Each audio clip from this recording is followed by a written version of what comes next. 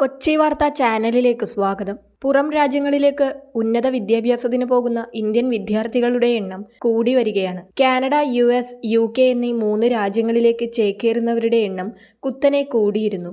എന്നാലിപ്പോൾ ഈ 3 രാജ്യങ്ങളിലെ സർവകലാശാലകളിൽ ഉന്നത വിദ്യാഭ്യാസത്തിന് പോകുന്ന ഇന്ത്യൻ വിദ്യാർത്ഥികളുടെ എണ്ണം കുത്തനെ ഇടിഞ്ഞിരിക്കുകയാണ്. 5 വർഷത്തിനിടെ ഇതാദ്യമായാണ് വിദ്യാർത്ഥികളുടെ എണ്ണം കുറയുന്നതെന്ന് ഇന്ത്യൻ എക്സ്പ്രസ് റിപ്പോർട്ട് ചെയ്തിരുന്നു.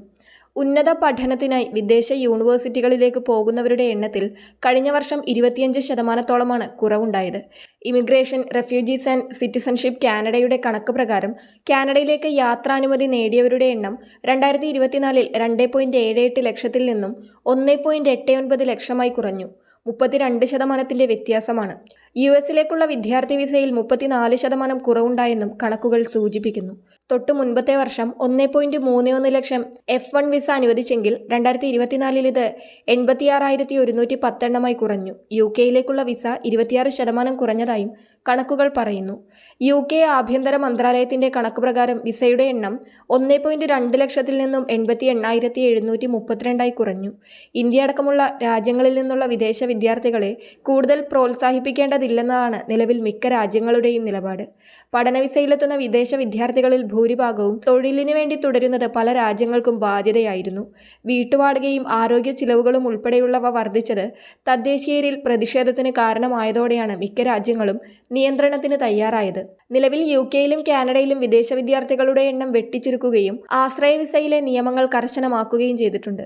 വിദേശ വിദ്യാർത്ഥികളുടെ എണ്ണം 2024 35%, ഇക്കൊല്ലം 10%മാണ് കാനഡ കുറച്ചത്. അടുത്ത കൊല്ലത്തോടെ ആകെ ജനസംഖ്യയുടെ 5% ആളുകൾക്ക് മാത്രം താൽക്കാലിക താമസാനുമതി നൽകാനാണ് കാനഡയുടെ നീക്കം.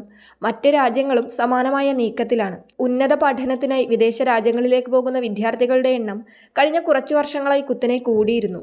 കൂട്ടത്തിൽ കാനഡയോടായിരുന്നു കൂടുതൽ വിദ്യാർത്ഥികൾക്ക് താൽപ്പര്യം. 2015 31,920 സ്റ്റുഡന്റ് വിസ മാത്രമാണ് അനുവദിച്ചതെങ്കിൽ 2023 ഇത് 2,78,160 എണ്ണമായി വർദ്ധിച്ചു. 8 മടങ്ങാണ് വർധന. UK-യിലേക്കുള്ള വിദ്യാർത്ഥി കുടിയേറ്റത്തിന്റെ ഒഴുക്ക് ഇതിലും കൂടുതലായിരുന്നു. 10 മടങ്ങോളമാണ് വർധനയുണ്ടായത്. US-ലേക്കുള്ള വിദ്യാർത്ഥി വിസയിലും ഇരട്ടി വർധനയുണ്ടെന്നും കണക്കുകൾ സൂചിപ്പിക്കുന്നു. കുടിയേറ്റ നിയമങ്ങൾ ഈ രാജ്യങ്ങൾ കടുപ്പിച്ചതാണ് ഇന്ത്യൻ വിദ്യാർത്ഥികൾക്ക് തിരിച്ചടിയായത്. UK, USA, കാനഡ എന്നിവയ്ക്ക് പുറമെ ഓസ്ട്രേലിയ അടക്കമുള്ള രാജ്യങ്ങളിലേക്കുള്ള വിദ്യാർത്ഥികളുടെ എണ്ണത്തിലും കുറവുണ്ടായെന്ന റിപ്പോർട്ടുകളും അടുത്തിടെ പുറത്തുവന്നിരുന്നു. എന്നാൽ ജർമ്മനി, ഫ്രാൻസ്, റഷ്യ തുടങ്ങിയ രാജ്യങ്ങളിലേക്ക് പോകാൻ കൂടുതൽ വിദ്യാർത്ഥികൾ തയ്യാറാകുന്നുണ്ടെന്നും കണക്കുകൾ പറയുന്നു. കൂടുതൽ വാർത്താ അറിയിപ്പുകൾക്കായി കൊച്ചി വാർത്താ ചാനൽ സബ്സ്ക്രൈബ് ചെയ്യുക.